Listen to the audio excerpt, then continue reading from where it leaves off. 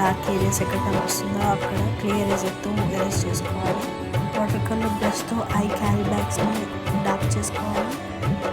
అలాగే మొన్న ఎరేజర్ తీసుకొని ఎక్కడైతే light areas and dark areas కనిపిస్తే ఎరేజ్ చేసుకోవాలి. మీకు ఈ రిఫరెన్స్ పిక్చర్ కావాలంటే నాకు DM చేయండి. నేను ఏ పేపర్ యూజ్ చేస్తున్నాను, ఇంకా ఏ టూల్స్ అని యూజ్ చేస్తున్నానో అవన్నీ నేను మెన్షన్ చేస్తాను కింద.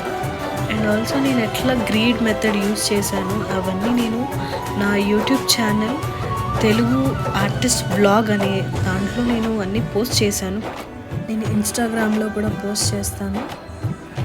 అండ్ మీకు నచ్చితే please subscribe my channel and ఇన్స్టాలో కూడా సబ్స్క్రైబ్ చేసుకోండి.